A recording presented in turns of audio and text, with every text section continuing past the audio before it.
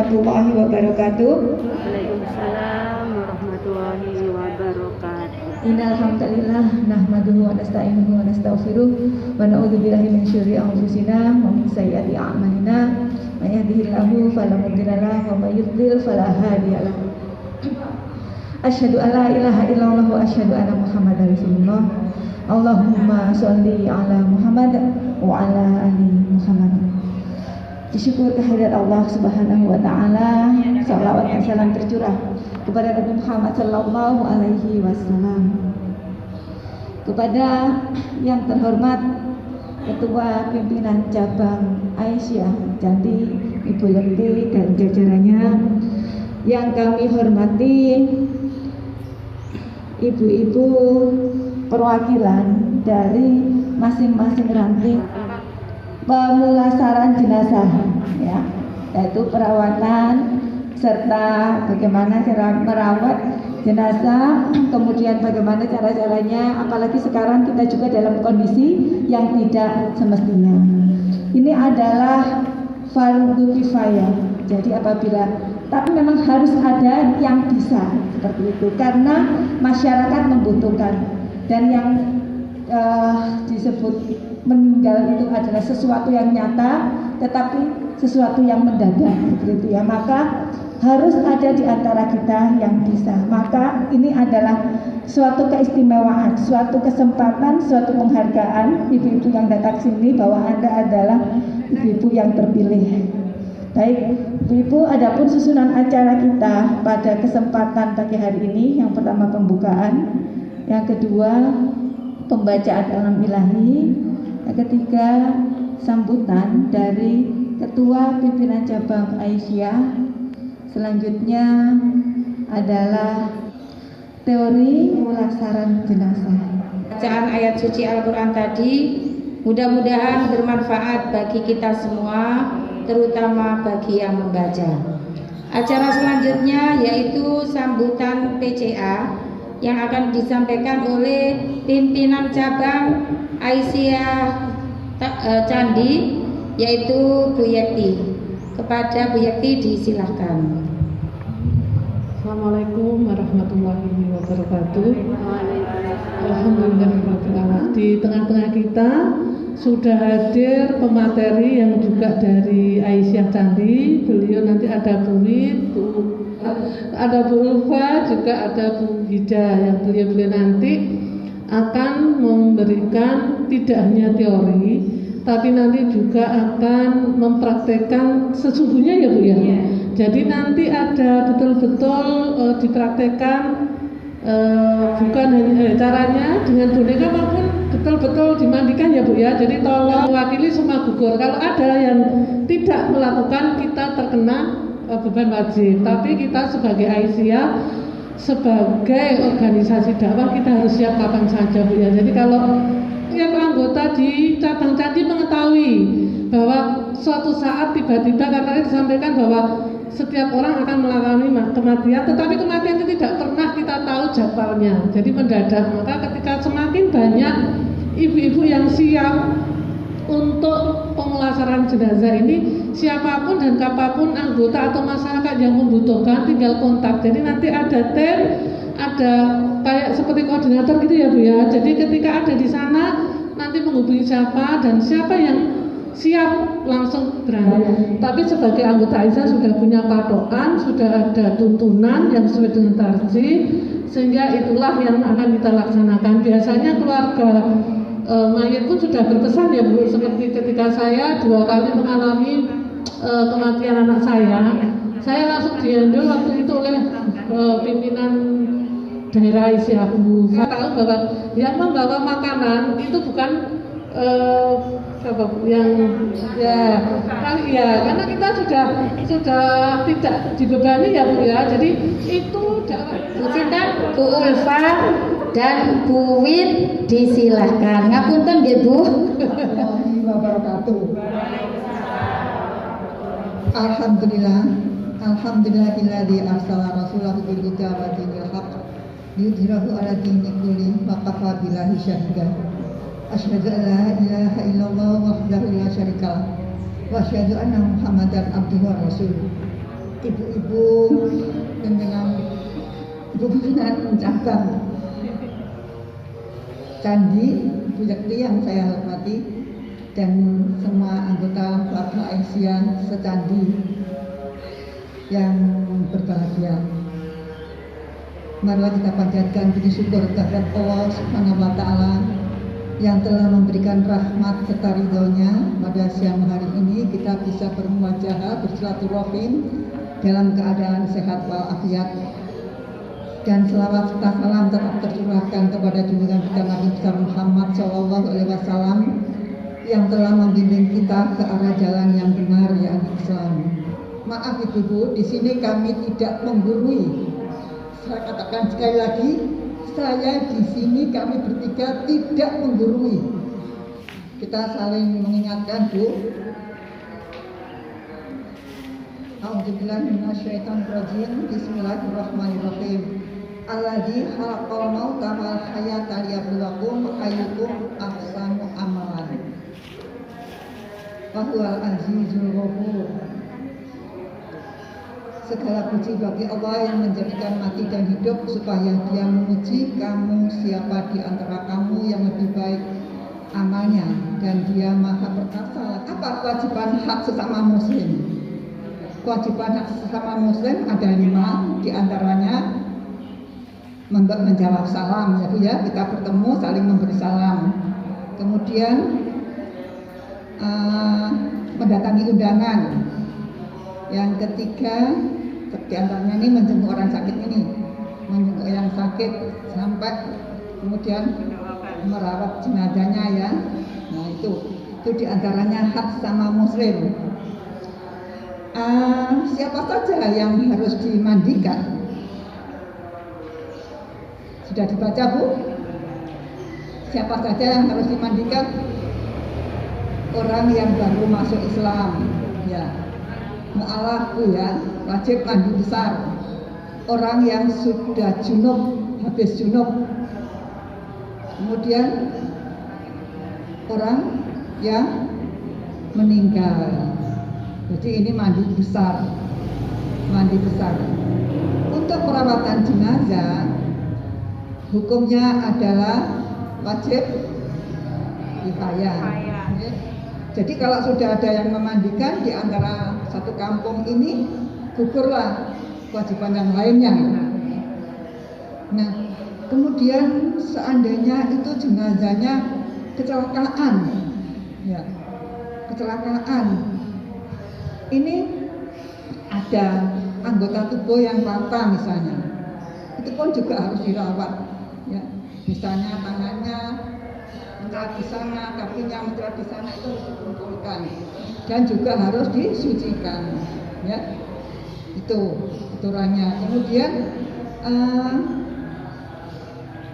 bagi wanita itu wajib yang memandikan wanita, ya, kecuali kalau itu keluarga, suami istri masih dibolehkan, tapi juga enggak begitu. Kalau sudah ada orang laki-laki ya sama laki-laki ya lebih baik laki-laki, ya, kalau laki-laki, kalau perempuan. Nah jadi kalau seandainya kita nggak ada yang memandikan sama sekali, nggak ada yang jenazahnya perempuan, kemudian yang hidup ini semua laki-laki, bagaimana cara memandikannya? Ditayamumkan, ya, bisa ditayamumkan. Jadi tidak seperti mandi besar secara normal, karena nggak ada orang laki-laki sama sekali. Misalnya kalau laki-laki jenazahnya, kalau perempuan jenazahnya juga demikian, kebalikannya ya. Jadi boleh ditayamumkan. Gantinya mandi. Nah itu kami awali dari perawatan orang yang sakit. Orang yang sakit itu kita ingatkan dengan waktu sholatnya, ya. Bagi keluarga ini yang mengingatkan, kalau sudah sakit payah kita tuntun dengan kalimat-kalimat tahlil, ya. Tidak usah panjang-panjang, seingatnya saja Allah, Allah. Jadi orang-orang sudah sakit payah itu Bu ya, sudah nggak kuat sama sekali. Nah kewajiban yang sesama muslim tadi kan menjenguk orang sakit. Saya katakan ada sebuah hadis qudsi Bu ya. Jadi Allah itu berfirman,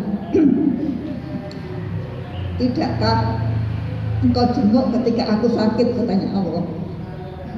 Ya Allah ya Rabb, gimana aku menjengukmu sedangkan engkau adalah Tuhanku. Ya ketika ada saudara kita yang sakit, disitulah ada aku, katanya Allah. Jadi hebat sekali ya. Jadi Islam itu bagus aturannya. Jadi kita disuruh menjenguk yang sakit itu sampai di situ. Allah di samping orang yang sakit. Makanya kalau orang sakit itu doanya mustajabah Ibu. Jadi tidak hanya kita yang mendoakan yang sakit, tapi yang sakit juga bisa mendoakan yang menjenguk ini, boleh ya.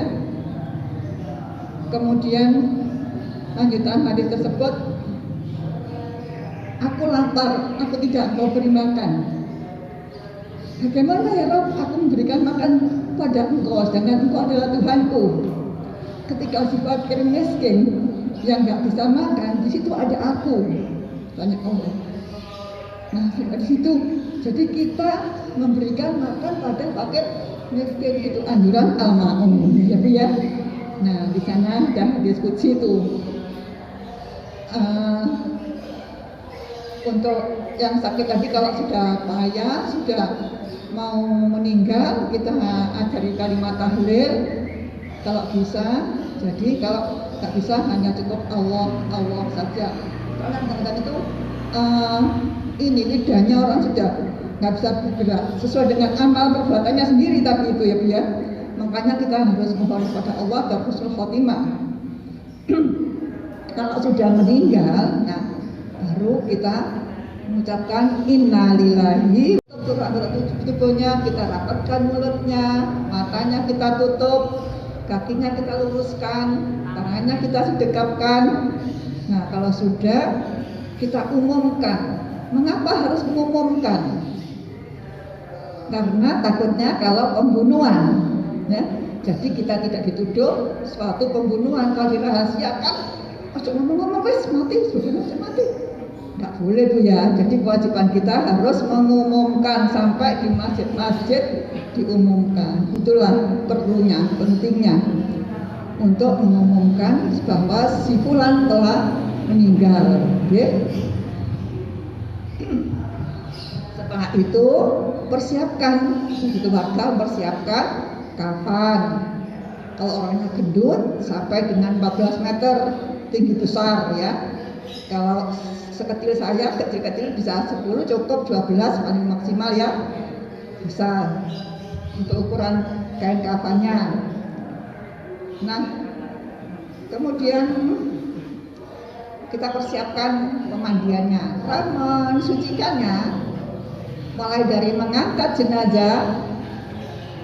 Tadi sudah di matanya diremkan Bu ya, di mulutnya juga diikat biar enggak mangap. Nah itu kita dengan membaca Bismillahirrahmanirrahim dengan nama Allah dan atas tuntunan ajaran Rasulnya, itu terjemahannya.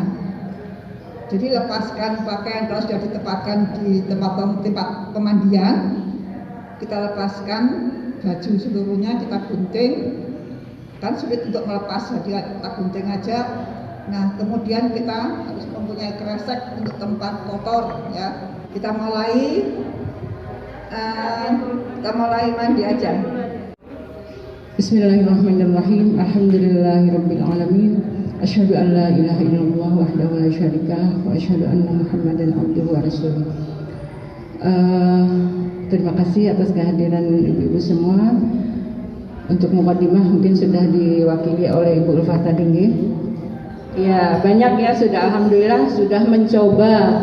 Nah, tidak menakut-nakuti kan jenazahnya? Tidak. Nah, bagi yang belum pernah merawat jenazah, jadi jangan khawatir, jangan takut kalau nanti diikutin oleh yang kita rawat tadi ya. tidak ada istilahnya penampakan, itu tidak ada. Tujuan kita mengadakan pelatihan ini adalah juga untuk melatih keberanian dari ibu-ibu semua, ya.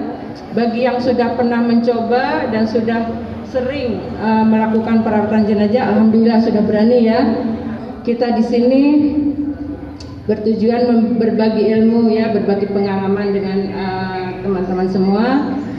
Dan semoga dari pertemuan ini akan menimbulkan keberanian kita, keinginan kita untuk besok kalau ada yang meninggal, aku mau ikut gabung. Di peserta ini nanti akan dibuat tim dan kita harus berani mencoba ya.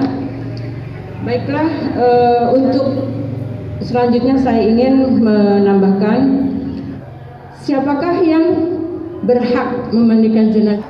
Keluarga ya. Keluarga itu bagaimana maksudnya? Mahramnya. Anak memandikan orang tua boleh? Boleh. Orang tua memandikan anak boleh? Boleh. Asalkan ya, ini masih ada tanda kutip bolehnya keluarga memandikan. Itu bagaimana? Yang jelas memang ketika, saya juga mau bertanya dulu, suami boleh memandikan istrinya? Oh boleh. Sebaliknya juga boleh ya. Nah untuk anak, ini ada pengecualian. Ketika anak masih di bawah umur, maka orang tuanya boleh memandikan. Tetapi kalau anaknya sudah remaja, sudah gadis, bolehkah bapaknya memandikan? Tidak boleh gitu ya. Ketika ibu memiliki anak sudah gadis atau anak sudah bujang, apakah ibu mau mandi sama anak bujang ibu? Enggak lah ya. Demikian juga suami kita, orang tua kita atau siapa, mandi dengan anaknya yang sudah gadis, nggak mau kan? Nggak akan mau ya. Nah itu kenapa di sini maksudnya penjelasannya memang di situ yang berhak memandikan adalah keluarganya. Tetapi untuk anak dengan orang tua itu, untuk anaknya itu yang masih di bawah umur. Tetapi kalau sudah remaja, apalagi sudah dewasa ya, itu tidak diperbolehkan. Tetapi yang memandikan adalah harus yang sejenis ya. Jadi untuk laki-laki yang memandikan ya yang sejenis laki-laki, kecuali istrinya ya. Oh ya suaminya. Jadi untuk suami istri ini memang berhak, suami sangat boleh dianjurkan untuk memandikan istrinya juga demikian, sangat dianjurkan untuk memandikan suaminya. Kenapa? Karena namanya suami istri itu sudah tahu luar dalam ya, sudah mahram, sudah halal lahir batin ya. Nah makanya dianjurkan dan diperbolehkan untuk memandikan pasangannya. Bu Ulfa tadi, setelah kita mengetahui seseorang meninggal, kalau memang kita ragu-ragu meninggalnya karena di rumah ya, kita tidak tahu, kita bukan orang medis barangkali, maka kita segera memanggil dari tenaga kesehatan untuk memeriksa apakah betul ini sudah meninggal atau tidak ya. Kemudian selanjutnya kita pejamkan matanya kalau memang masih terbuka, karena kadang-kadang ada orang meninggal itu matanya masih melotot, masih melek ya. Jadi kita pelan-pelan tutup matanya.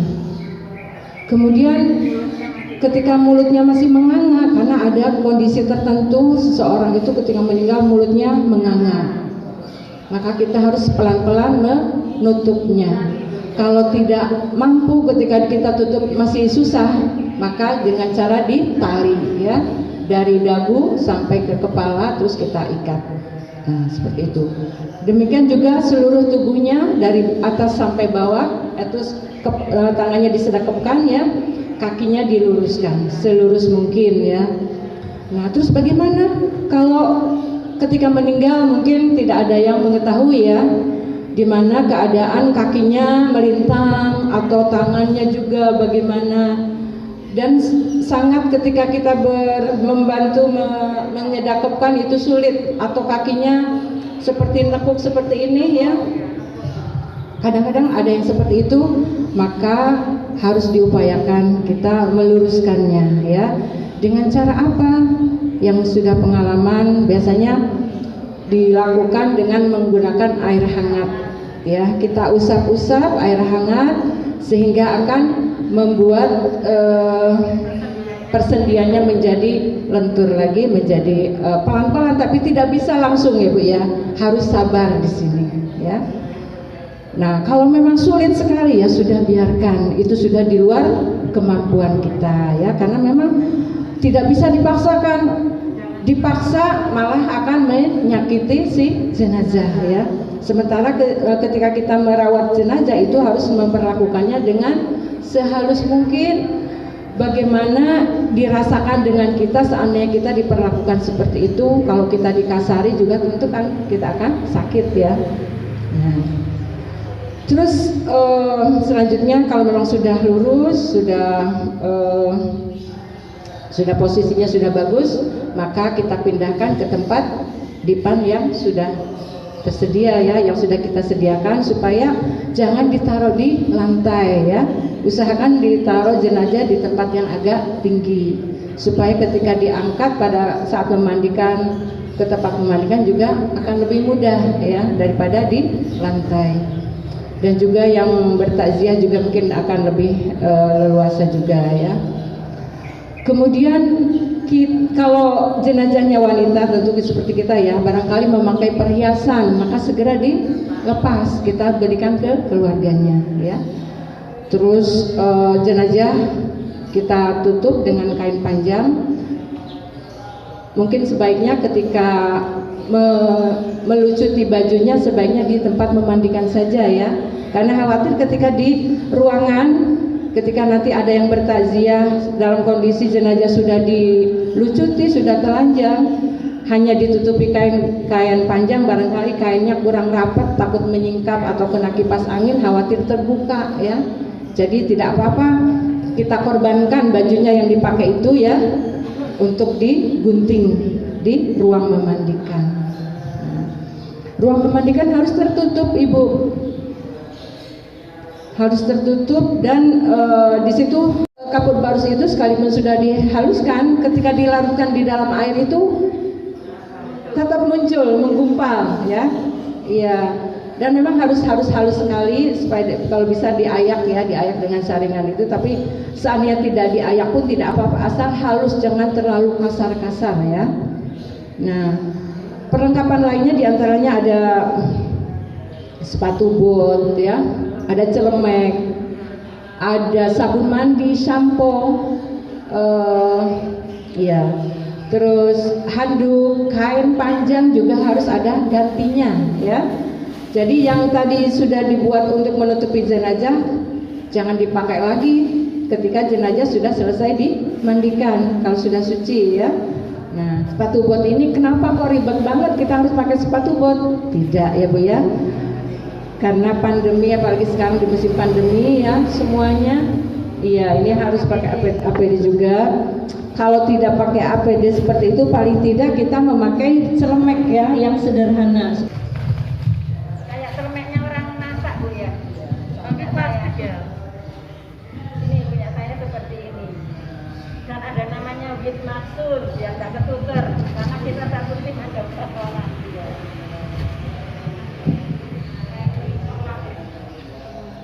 Nah, ini membuatnya juga mudah sama ya. Permisi Bu Ya. Jadi Ibu di rumah bisa membuatnya. Ini hanya plastik biasa 1 meter dan kita bentuk seperti ini. Kalau pakai sertifikasi Renda boleh, tidak juga tidak apa-apa ya. Ini tujuannya untuk apa? Untuk ketika kita memandikan kan kita selalu bersentuhan dengan air. Bisa-bisa air itu nyemprot ke tubuh kita. Iya, kalau pada saat itu kita sedang fit ya.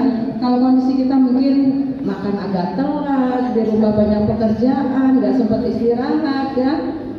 Jadi tentu akan mudah untuk kita akan masuk angin. Nah, tidak menolong jenazah, merawat jenazah bukan berarti kita harus bisa kena imbasnya ya. Kita berusaha menjaga diri kita juga supaya kita tidak terkena imbasnya atau tidak akhirnya kita mendapat madarat dari akibat merawat jenazah tadi ya. Apalagi kalau sampai jenazah ini ternyata memiliki penyakit yang menular ya, itu akan sangat bahaya sekali untuk tubuh kita. Nah, gunanya sepatu juga demikian Bu ya. Kaki kita kadang-kadang kan ada entah itu rangen, entah apa ya.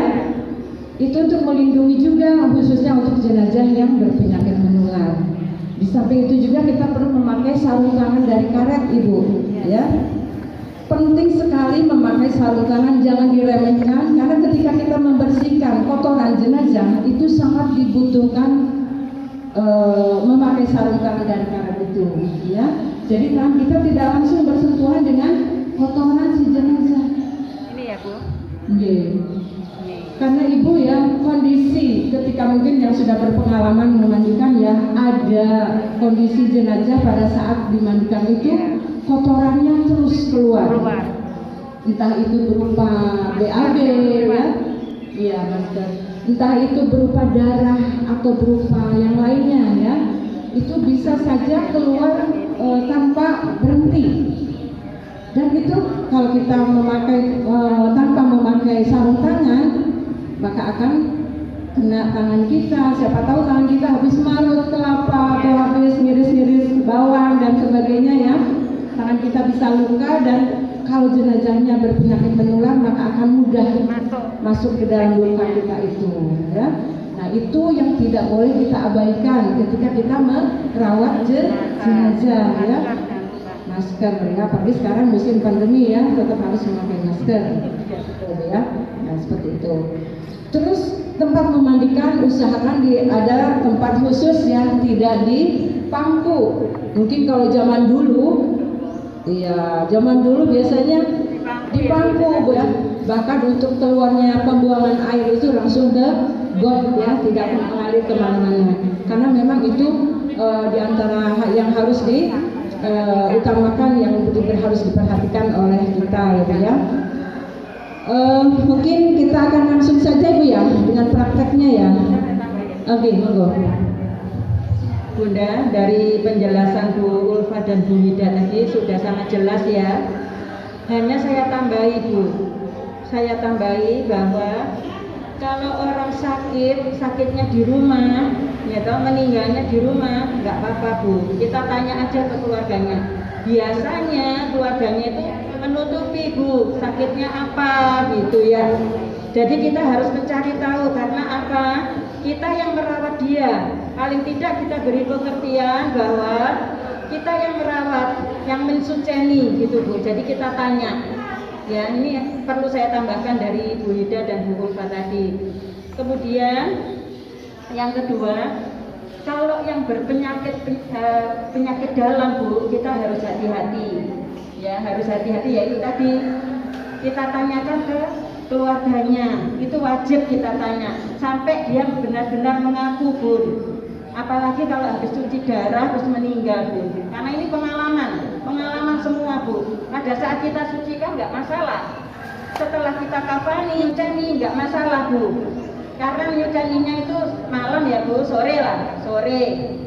Nggak sore lah habis maghrib. Kan nggak mungkin kita menguburkan itu malam itu juga. Nunggu keluarganya besok pagi. Ternyata itu ada yang bermasalah Bu, bleeding. Jadi keluar darah dari hidungnya, dari kupingnya. Itu kalau kita nggak tahu, makanya harus kita tanya sakitnya sakit apa.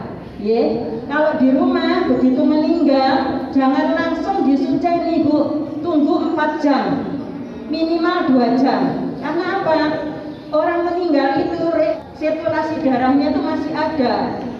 Kan badannya masih hangat ya.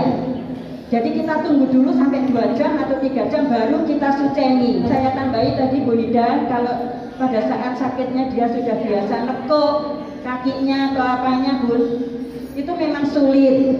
Tapi kalau tidak parah amat nekuknya bisa diluruskan dengan pengalaman saya, air hangat dikasih teh Bu, teh anu itu loh Bu, teh cemplung anu itu loh Bu.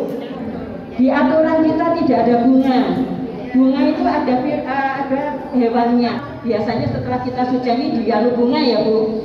Kan biasanya begitu. Gitu. Kalau berbarus itu, ya itu sudah ada yang ditanyakan mungkin Bu. Dalam daun bidara. Bidara itu di airnya Bu. Daun